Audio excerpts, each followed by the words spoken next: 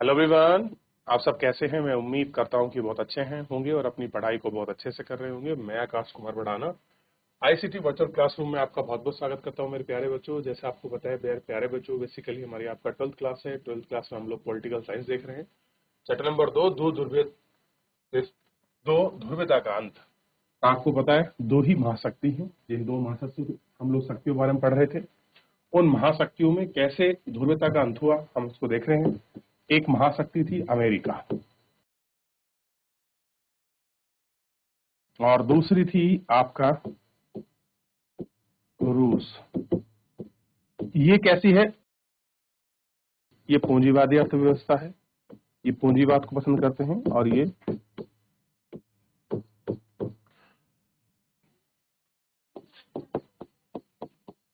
समाजवाद को, या समाजवादी। क्लियर है? इन दोनों पूंजीवादी अर्थव्यवस्थाओं को हमने देखने का प्रयास किया कि सोवियत संघ की प्रणाली क्या थी, क्या था सोवियत संघ, कैसे उसने शुरू किया। सोवियत संघ की प्रणाली को हमने पढ़ लिया, किस प्रकार सोवियत संघ की प्रणाली उभर कर हमारे सामने आई। क्लियर है? चलिए आगे देखते हैं।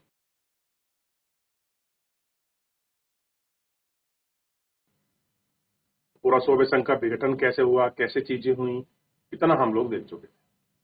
अब इसमें आगे बढ़ रहे हैं।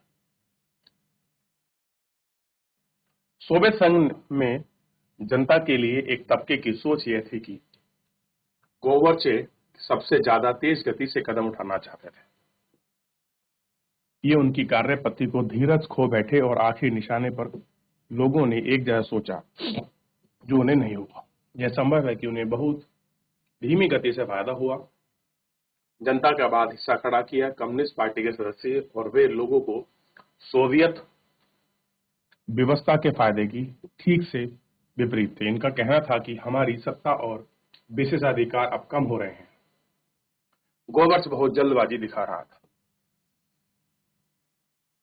और इन्हें देखने में गोवर्च के समर्थन में काफी किए। आम जनता आपस में बांटा गया, लोग उनके साथ मोहभंग हुआ। लोगों ने सोचा कि गोवर्च खुद को अपनी ही नीतियों में ठीक तरह से बचाव नहीं कर पा रहा। इन सारी बातों में के बावजूद संभवतः सोवियत संघ के विघटन न हो, लेकिन एक घटना अधिकांश पर्यवेक्षक को आपका चौंकाया। सोवियत व्यवस्था के अंतर लोगों के भीतर इसे दंग रह गए। यह घटना थी राष्ट्रवादी भावना और संप्रभुता की इच्छा की। उधर रूस और बाल्टिक गणराज्य, यानी कि जो बाल्टिक महासागर है उसके पास पास के जो देश हैं, एंटोनिया, लताविया और लुथाविया और उक्रेन और जॉर्जिया, सोवियत संघ के गणराज्य पर उभर कर शामिल थे, जिन्होंने राष्ट्रीयता और संप्रभुता की भावना को उत्कीर्ण कर सोवियत संघ के विघटन की अंतिम और सर्वाधिक तत्कालीन सिद्ध कारण हुआ और मसले में अलग अलग मिसाल दी। तो यही अलग हुए और यहाँ से पनपा है ये सारी जल्दबाजी का दौर। यहाँ से निकल के आई वो सारी घटना, वो सारी आकांक्षाएं। आप इनको इसमें देख लिया आप लोगों ने। आगे बढ़े।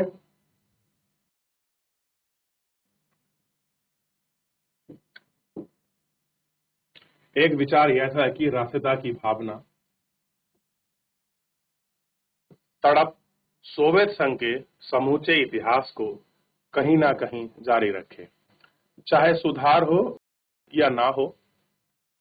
सोवियत संघ में अंदरूनी संघर्ष होना ही तय था। खैर, यह तो इतिहास की अनिवार्यता के बारे में अनुमान लगाना था, लेकिन सोवियत संघ के आकार और विविधता, उसकी बढ़ती हुई आंतरिक समस्याओं को देखते हुए ऐसा सोचना असंगत भी नहीं है। कुछ अन्य सोच है कि जो वर्चस्व के सुधारों और राष्ट्रवादियों को असंतोष के इस परिमाण में भड़के और उन्हें शासकों को नियंत्रित नहीं किया। विडंबना यह है कि शीत युद्ध के दौरान बहुत से लोग सोचते हैं कि सोवियत संघ के माध्यम एशियाई गणराज्यों में राष्ट्र राज्यों की आकांक्षाओं पर उभर कर सबसे ज्यादा दमदार था। गणराज्य रूस से धार्मिक और नस्ली लिहाज से अलग अलग हैं, पिछड़े हुए हैं, लेकिन हुआ यह है कि यूरोपीय सोवियत संघ के प्रति राष्ट्रीय असंतोष यूरोपीय और अपेक्षाकृत समृद्ध गणराज्य रूस, यूक्रेन, जॉर्जिया और बाल्टिक क्षेत्र में प्रबल नजर आया। यहाँ तक कि आम लोग अपने मध्य एशियाई गणराज्यों के अलग अलग महसूस कर रहे। इनका आसपास में अलगाव था। इन गणराज्यों के लोग भाव घर कर दिया। ज्यादातर पिछड़े इलाकों को सोवियत संघ में शामिल रखने पर उन्हें भारी कीमत चुकानी पड़ी। जो राज्य आपके पिछड़े हुए थे, उन्होंने उनको सोवियत संघ में रखा, इससे भी क्या करना पड़ा उनको, वो कीमत उनको चुकानी पड़ी। देखिए, डेवलप और अंडर डेवलप कंट्री को लेकर बड़ा संघर्ष है और चीजें सर्व विषम भी थोड़ी सी दिखाई दी। देख लिया।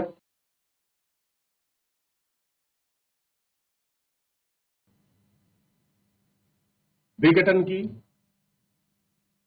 परिणतियां। सोवियत संघ की दूसरी दुनिया और पूर्वी यूरोप की समाजवादी व्यवस्था के पतन के परिणाम स्वरूप राजनीति के लिहाज से गंभीर रहे। मोटे तौर पर 3 प्रकार की दूरगामी परिवर्तन थे। हर परिवर्तन के बहुत सारे प्रभाव हुए और सारे प्रभावों को यह सूचीबद्ध करना उचित नहीं होगा।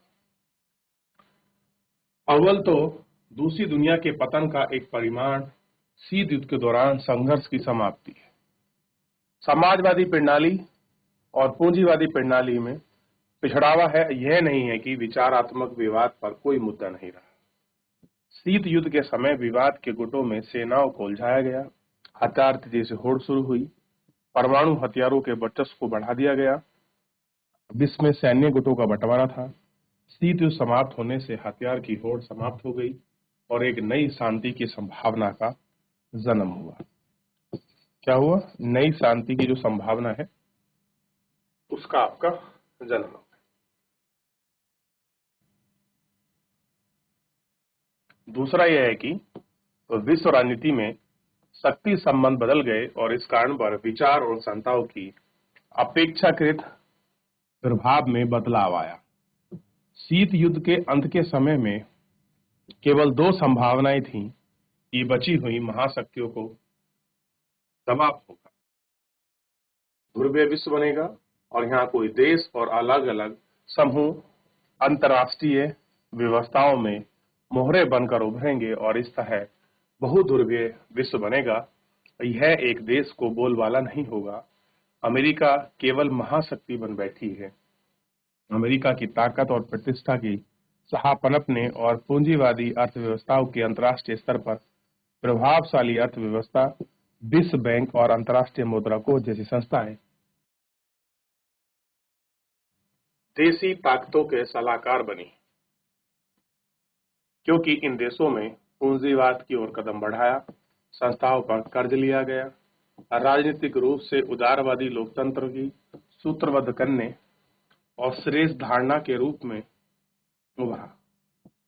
तीसरी बात यह थी कि सोवियत संघ के खेमे का अंत, एक अर्थ तथा नए देशों का उदय, इन सभी में स्वतंत्रता की पहचान और पसंद है। इनमें से कुछ देश, खासकर बाल्टिक और पूर्वी यूरोप के देश में यूरोपीय संघ से जुड़ना होना और अटलांटिक संधि नाटो 1949 का हिस्सा बनना चाहते थे। मध्य एशिया के देश विशिष्ट भौगोलिक क्षेत्र का फायदा उठाना चाहते थे। रूस के साथ मजबूत रिश्ते जारी रखे और पश्चिमी देश अमेरिका और चीन के साथ संबंध बनाया और अंतर्राष्ट्रीय फलक पर नए खिलाड़ी सामने आए। हर एक हित की पहचान और अर्थ की राजनीतिक समस्या अलग अलग थी। इन्हें सुधार मुद्दों पर आपकी चर्चा की गई। इन चर्चाओं को हम लोग देख सकते हैं। ठीक, साम्यवादी शासन के बाद थेरेपी। अब साम्यवादी शासन के बाद सख्त थेरेपी। साम्यवादी शासन का पतन के बाद पूर्व सोवियत संघ गणराज्य सत्तावादी समाजवादी व्यवस्था, लोकतांत्रिक पूंजीवादी व्यवस्था के तक कष्टप्रद संक्रमण से होकर गुजर रहे हैं। रूस, मध्य एशिया गणराज्य, पूर्व यूरोप के कई देश आपके पूंजीवादियों की ओर संक्रमण का एक खास मॉडल अपनाया। विश्व बैंक और अंतर्राष्ट्रीय मुद्रा कोष के निर्देश पर मॉडल को शक थ्योरी यानी कि आघात पहुंचाकर उपचार करना कहा। पहले चोट पहुंचाई और उसके बाद उपचार किए। भूतपूर्व दूसरी दुनिया के शक थ्योरी शॉक थेरेपी की गति और गहनता अलग अलग रही। इस दिशा में बड़ी सीमा एक जैसी थी। हर देश को पूंजीवादी अर्थव्यवस्था की पूरी तरह से मोड़ना था। इसका मतलब था कि सोवियत संघ के दौर में हर संरचना, हर तरह की निजता का पाना, शक थेरेपी सर्वोपरि मान्यता थी। मिल्कियत का सबसे प्रमुख प्रभावशाली निजी स्वामित्व होगा। इसके अंतर्गत राज्य की संपदा निजी और व्यवसायीकरण स्वामित्व के तुरंत अपनाने की बात थी। सामूहिक फर्म को निजी फर्म में बदल दिया गया। पूंजीवाद पत्ती से संक्रमण में राज्य के नियंत्रण, समाजवाद और पूंजीवाद के अतिरिक्त किसी भी वैकल्पिक सिद्धांत या तीसरे रुख को मजबूरी नहीं मिली। शक थेरेपी से इस अर्थव्यवस्था के प्रति रुझान बुनियादी तौर पर बदल गए। अब मान लो कि जाने लगा कि ज्यादा से ज्यादा व्यापार करके ही एक विकास किया जा सकता है। इस कारण मुक्त व्यापार को पूर्ण रूप से अपनाना जरूरी है। पूंजीवादी व्यवस्था को अपनाने के लिए वित्तीय खुलापन, मुद्रा की परिवर्तनता, मुक्त व्यापार की नीति आपकी महत्वपूर्ण मानी जाती है। ये कैसी हैं?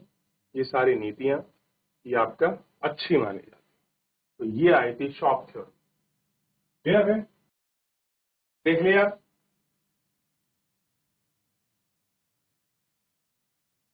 चलो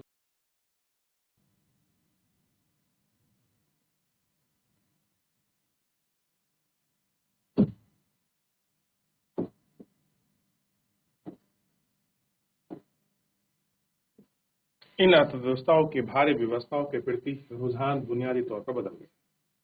अब माना जाता है कि ज्यादा से ज्यादा व्यापार करके ही विकास किया जा सकता है। थ्योरी क्या है कि भैया जितना डेवलपमेंट करोगे उतना ही बढ़ेगा और मुक्त व्यापार पूर्ण अपनाओगे। कैपिटल व्यवस्था के लिए वित्तीय खुलापन चाहिए, चीजें बढ़ेंगी तो ही आप कर सकते हो डेवलपमेंट की बात। क्लियर है? ये सब बातों को अंततः इस संक्रमण में सोवियत खेमे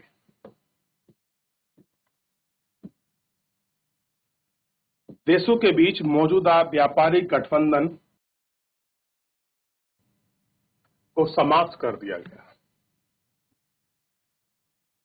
खेमे के प्रतीक देशों को एक दूसरे से जोड़ने की जगह पश्चिमी मुल्कों से जोड़ा गया। धीरे धीरे इस देश को पश्चिमी अर्थ सहमति से किया गया। पश्चिमी दुनिया के पूंजीवादी देश नेता की भूमिका निभाते हैं। एजेंसी और संगठनों के सहारे खेमों के देश का विकास, मार्गदर्शन और नियंत्रण करेंगे। कैसे हैं? इन सब का खेमों का विकास और नियंत्रण करें। अब शॉक थ्योरी के परिमाण क्या हुए? 1990 में अपनाई गई शॉक आपका थेरेपी जनता को उपभोक्ता के आनंद लोक तक नहीं ले गई, यानी कि जो उनको मैक्सिमम सेटिस्फेक्शन लेवल चाहिए था वहां तक नहीं गई। अमूमन शॉक थ्योरी पूरे क्षेत्र की अर्थव्यवस्था को तहस नहस हो गई। इस क्षेत्र की जनता बर्बादी को मार झेलनी पड़ी। रूस में पूरा राज्य नियंत्रण औद्योगिक संरचना ढांचा चरमा गया। 90% उद्योग निजी हाथों या कंपनी को बेच दिए गए। अर्थव्यवस्था का ढांचा पुनर्निर्मित सरकार द्वारा निर्देशित औद्योगिक नीति के बजाय ताकतें कर रही थी। इसलिए यह कदम सभी उद्योग को मांटियोमेट साबित हुआ। इतिहास की सबसे बड़ी गर्जल सेल के नाम से जाना जाता है, क्योंकि महत्वपूर्ण उद्योग की कीमतों में कम से कम करके ही आंकी गई है। पौने पौने दामों से बेच दिया गया। हालांकि इन माह में बिक्री के भाग के लिए नागरिकों को अधिकार पत्र दिए गए, लेकिन अधिकांश नागरिकों के लिए अपने पत्र कालाबाजारी के हाथ बेच दिए गए और धन की जरूरत। रूसी मुद्रा को रूबल के मूल्य में नाट के ढंग से गिरावट आई। मुद्रास्फीति इतनी ज्यादा बढ़ गई कि लोग जमा पूंजी जाती रही और सामूहिक खेती की प्रणाली समाप्त हो चुकी। पहले क्या थी वहां? सामूहिक प्रणाली, क्योंकि वहां मार्क्सिस्ट थ्योरी समाजवादी वो समाप्त हुई और लोगों को अब खाद्यान्न की सुरक्षा मौजूद नहीं रही। रूस ने खाद्यान्न का आयात करना शुरू किया। 1999 में वास्तविक सकल घरेलू उत्पाद यानी कि इसको जीडीपी कहते हैं, 1989 में की तुलना में कहीं नीचे था। पुराना व्यापारिक ढांचा तो टूट चुका था, लेकिन उसकी जगह वैकल्पिक व्यवस्था नहीं हो पा रही थी। समाज कल्याण की पुरानी व्यवस्था को क्रम से नष्ट किया गया और सरकारी रियायतें खाते के कारण ज्यादातर लोग गरीबों में पड़ गए। मध्यम वर्ग में हाशिए पर आ चुका था। अकादमी और बौद्धिक क्रम से जुड़े लोग तो बिखर गए, लेकिन देशों में माफिया वर्ग जयामेश पे लोग किया और ये अधिकतर आर्थिक गतिविधियों को अपनाने में लिया। निजीकरण की विषमताओं को जन्म दिया और पूर्व सोवियत संघ में शामिल रहे गणराज्य, खासकर रूस के अमीर और गरीब लोगों के बीच तीखा विभाजन हो गया। पहले की व्यवस्था के विपरीत अब धनी और निर्धन लोगों के बीच की गहरी आर्थिक समानता। अब क्या हो गया? अब ऐसी स्थिति में क्या हुआ? जब चीजें बिछड़ गई तो क्या हुआ? मुद्रास्फीति होगी, तो अब चीजें बिगड़ेंगी और क्या होगा? उपभोक्तावाद थ्योरी में लोग जब सारे ही सब कुछ निजी हाथों में चला जाएगा तो वस्तुओं की जो कीमत है, जो नियंत्रण है, वो आपका रपट जाए और आपका चली जाए। क्लियर है? या चलो आगे बढ़े। अब देखिए, पीछे आपने देख लिया था, यह है रूसी संघ। अब इस रूसी संघ में थोड़ा सा आप देखिए, कहां पर तो जॉर्जिया है, कहां पर अजरबैजान है, Turkmenistan, Uzbekistan, Kazakhstan, Kyrgyzstan, Tajikistan, ठीक, बुल्गारिया, रोमानिया, मालदो, यूक्रेन, बेलारूस, ये सब यूएसएसआर के हिस्सा थे कभी एक जमाने में। ये सब सोवियत संघ थे। ये जब स्वतंत्र राष्ट्र हो गए, कैसे हो गए हैं? सब अलग हो गए। उसके बाद का हिस्सा आपको दिखाई देगा, उसके रूप में आपको दिखाई देगा कि ये कैसे किस प्रकार के थे, तो यहाँ आपको दिखाई दे रहे हैं। क्लियर है? अब देखिए, रूस के कुल 1500 बैंकिंग और वित्तीय संस्थाएं, जिनमें से शॉक थेरेपी के परिणाम स्वरूप दिवालिया हो गई। चित्र में एक बैंक की इनकम है। रूस के दूसरे बड़े बैंक इनकम को दिवालिया होने के ग्राफ के अलावा आप देख सकते हैं कि 10,000 कंपनियां और शेयरधारी पूंजी भी ये सब डूब गए। क्लियर है? ये क्या हो गया? सब यहाँ डूब गए। ठीक, तो ये व्यवस्था यहाँ देखने के लिए मिली। तो ये वो देश थे जो सब एक साथ थे। क्लियर है? आप इनको देख सकते हैं, समझ सकते हैं। क्लियर है मेरे प्यारे बच्चों? तो फिलहाल आज के इस लेक्चर में इतना ही। मिलते हैं नेक्स्ट लेक्चर में। तब तक अपना ध्यान रखिए, स्वस्थ रहिए, अपनी पढ़ाई को बहुत अच्छे से करते रहिए। मुझसे जुड़ने के लिए आपका बहुत बहुत